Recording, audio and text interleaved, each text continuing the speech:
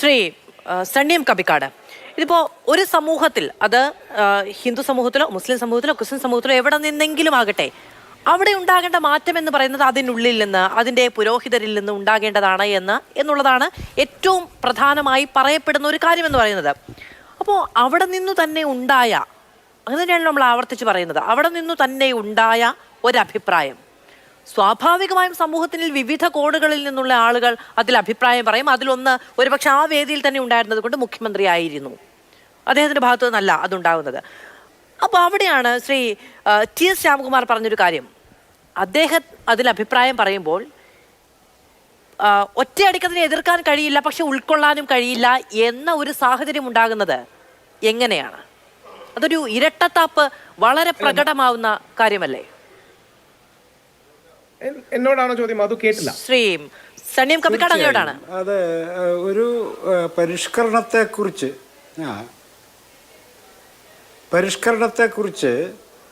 സ്വാമി സച്ചിദാനന്ദ സ്വാമി ഒരു അഭിപ്രായം പറയുന്നു. അതിനെക്കുറിച്ച് മുഖ്യമന്ത്രിയുടെ ഒരു പരാമർശം ഉണ്ടാകും.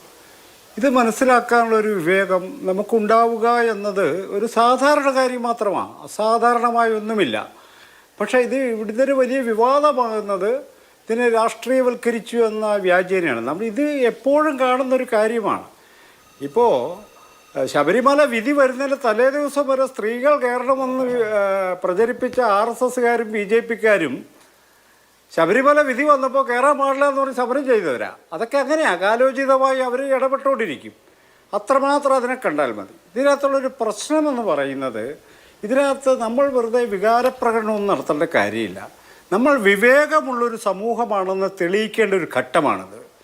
അതായത് ഇങ്ങനൊരു കാര്യം നമ്മുടെ മുന്നിൽ വന്നാൽ വിവേകമുള്ളൊരു സമൂഹം ഇതെങ്ങനെ കൈകാര്യം ചെയ്യണമെന്നാണ് നമ്മൾ ഇത് ചെയ്യേണ്ടത്. അപ്പോൾ ഗാന്ധി പറഞ്ഞു, അംബേദ്കർ പറഞ്ഞു, ഗാന്ധി പറഞ്ഞു, വിവേകാനന്ദൻ പറഞ്ഞു, ശ്രീനാരായണ ഗുരു ഇതിൻ്റെ ആളാണ്, ഇവരുടെ ധർമ്മത്തിൻ്റെ ആളാണെന്നൊക്കെ പറയുന്നതിലല്ല കാര്യം. ഒരു കാര്യം, ഒരു ചെറിയൊരു സമയത്ത് മഹാത്മാഗാന്ധി 1936 ഹരിജനിൽ എഴുതിയൊരു ഒരു ചെറിയൊരു ഭാഗമുണ്ട് ഈ വർണ്ണാശ്രമ ധർമ്മത്തെക്കുറിച്ച്. അതൊന്ന് വായിക്കാൻ അനുവദിക്കണം. 4 വാചകങ്ങളേ ഉള്ളൂ. ഖുറാൻ നിരാകരിക്കുന്ന മുസ്ലിം ആയിരിക്കുന്നത് എങ്ങനെ? ബൈബിൾ നിരാകരിക്കുന്ന ക്രിസ്ത്യാനി ആയിരിക്കുന്നത് എങ്ങനെ? ജാതിയും വർണ്ണവും മാറ്റപ്പെടാവുന്ന പദങ്ങളാണെങ്കിൽ ഹിന്ദുത്വത്തെ നിർവചിക്കുന്ന ശാസ്ത്രങ്ങളുടെ അവിഭാജ്യ ഘടകമാണ് വർണ്ണമെങ്കിൽ, ജാതിയെ, അതായത് വർണ്ണത്തെ നിരാകരിക്കുന്ന ഒരാൾക്ക് സ്വയം ഹിന്ദു എന്ന് വിളിക്കാൻ കഴിയുന്നത് എങ്ങനെയെന്ന് എനിക്കറിഞ്ഞുകൂടാ.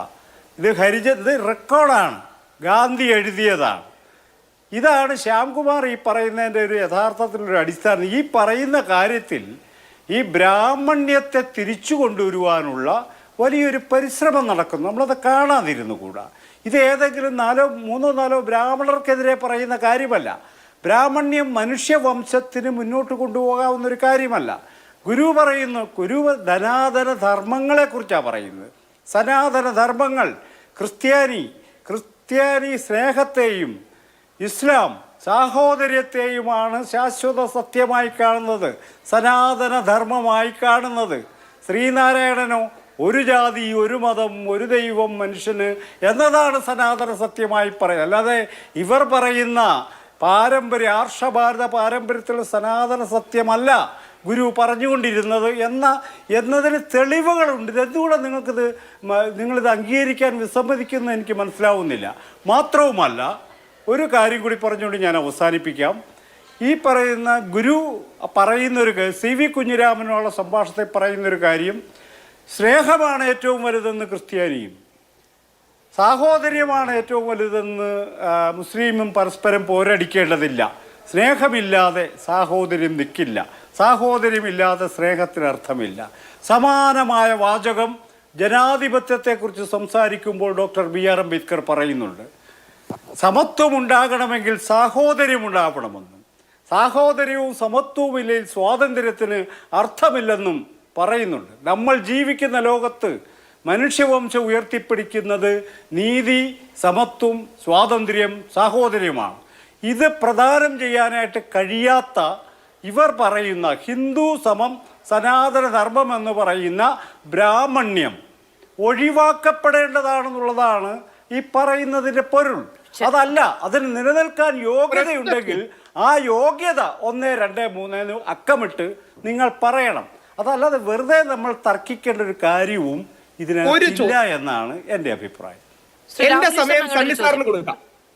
എന്റെ സമയം സണ്ണി സാറിന് കൊടുക്കാം. സണ്ണി സാർ വായിച്ചതിൽ മഹാത്മാഗാന്ധി ഹിന്ദുത്വം എന്നൊരു വാക്ക് ഉപയോഗിച്ചിട്ടുണ്ടെന്ന് പറഞ്ഞു. മഹാത്മാഗാന്ധി ഹിന്ദുത്വം എന്ന വാക്ക് എവിടെയും ഉപയോഗിച്ചിട്ടില്ല. ഹിന്ദുത്വം യഥാർത്ഥത്തിൽ ശ്രീ വീര സവർക്കറിന്റെ ഒരു പോപ്പുലറൈസേഷൻ ആണ്. ചന്ദ്രനാഥ് ബസുവാണ് ആദ്യം ഉപയോഗിച്ചത്. അങ്ങ് കോട്ട് ചെയ്ത് ഒരുപക്ഷെ ശ്രദ്ധ കുറവുകൊണ്ടായിരിക്കാം മഹാത്മാഗാന്ധി ഹിന്ദുത്വം എന്ന വാക്ക് എവിടെയും ഉപയോഗിച്ചിട്ടില്ല. അങ്ങ് കോട്ട് ചെയ്തത് തെറ്റാണ് എന്നങ്ങ് റിയലൈസ് ചെയ്യുന്നുണ്ടോ എന്ന് എനിക്ക് അറിയാൻ താല്പര്യം.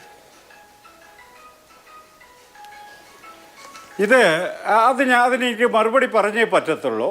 അത് കേരള ഭാഷാ ഇൻസ്റ്റിറ്റ്യൂട്ട് ഇറക്കിയിരിക്കുന്ന അംബേദ്കറുടെ ജാതി നിർമൂലനം ഉൾപ്പെടെയുള്ള 1ാമത്തെ വോള്യത്തിൽ ഗാന്ധി അന്ന് പ്രസിദ്ധീകരിച്ച കത്തുകൾ, ഈ പറയുന്ന ഹരിജനിൽ പ്രസിദ്ധീകരിച്ച ലേഖനങ്ങൾ ഉൾപ്പെടുത്തിയിട്ടുണ്ട്.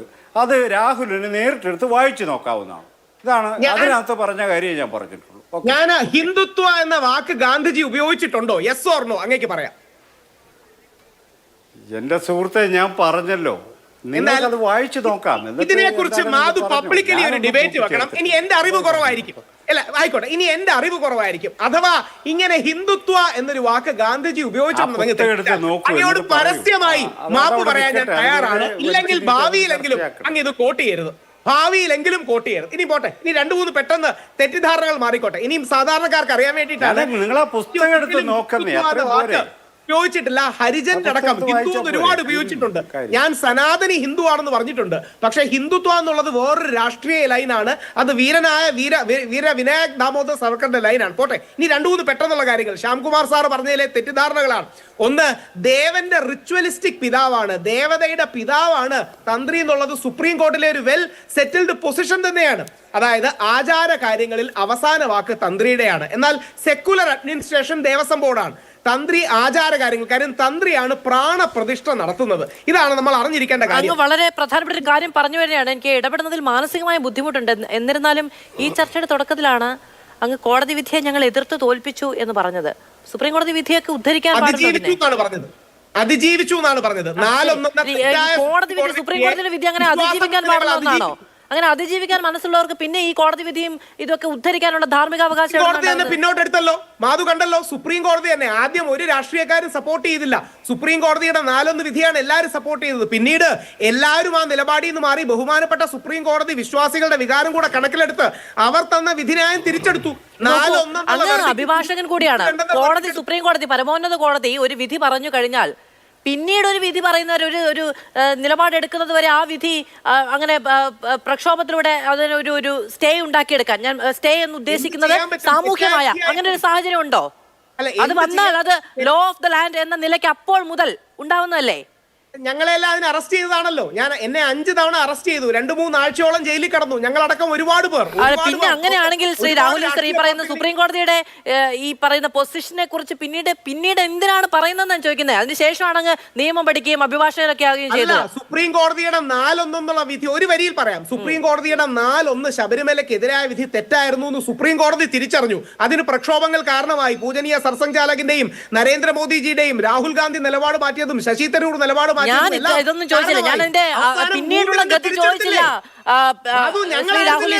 സുപ്രീം കോടതി വിധി പറഞ്ഞു കഴിഞ്ഞാൽ അത് ആ നിമിഷം മുതൽ പ്രാബല്യത്തിലാണെന്നിരിക്കെ പിന്നീട് ഉണ്ടാവുന്ന കാര്യങ്ങൾ നിയമവിരുദ്ധമാണ്. നമ്മുടെ ഈ പറയുന്ന ഭരണഘടന വിശ്വസിക്കുന്ന ആളുകൾക്ക് അംഗീകരിക്കാൻ കഴിയുന്ന ഒരു കാര്യം. അത് ഒരൊറ്റ വരി മാത്രം. മാധുവിന് ഇതുവരെ മനസ്സിലായില്ലേ ഞങ്ങൾ വിശ്വാസികളായിരുന്നു അതിൽ ശരിയെന്ന്? സുപ്രീം കോടതിക്ക് തെറ്റ് മനസ്സിലായി, CPM-ന് പോലും തെറ്റ് മനസ്സിലായി. G. സുധാകരൻ സാർ മാറ്റി പറഞ്ഞു, പത്മകുമാർ സാർ മാറ്റി പറഞ്ഞു, CPM-ന്റെ നിലപാട് മാറി. വ്യക്തിപരമായ ഒരു വികാരങ്ങളെയും അതിൽ ഈ പറയുന്ന തെറ്റ് മനസ്സിലായി എന്നൊക്കെ പറയുന്നത് വ്യക്തിപരമായ ആരോപണങ്ങളാണ്. അത് സുപ്രീം കോടതിക്ക് ബാധകമല്ല. സുപ്രീം കോടതി തങ്ങളുടെ അങ്ങനെ പശ്ചാത്തപിക്കുന്ന ഒരു സംവിധാനമല്ല സുപ്രീം കോടതിയും രാജ്യത്തെ നിയമവും ഭരണഘടനയും. പിന്നീട് വരുന്ന വാദങ്ങളോ പിന്നീട് വരുന്ന കാര്യങ്ങളോ പരിഗണിച്ച് വിധി മാറുമായിരിക്കും. അതിൽ പശ്ചാത്താപവും പൂങ്കണ്ണീരും ഒന്നും ഇല്ല. ശ്രീ രാഹുൽ സർ, ഞാൻ അതിലേക്ക് വരാം. ഒരു നിമിഷം.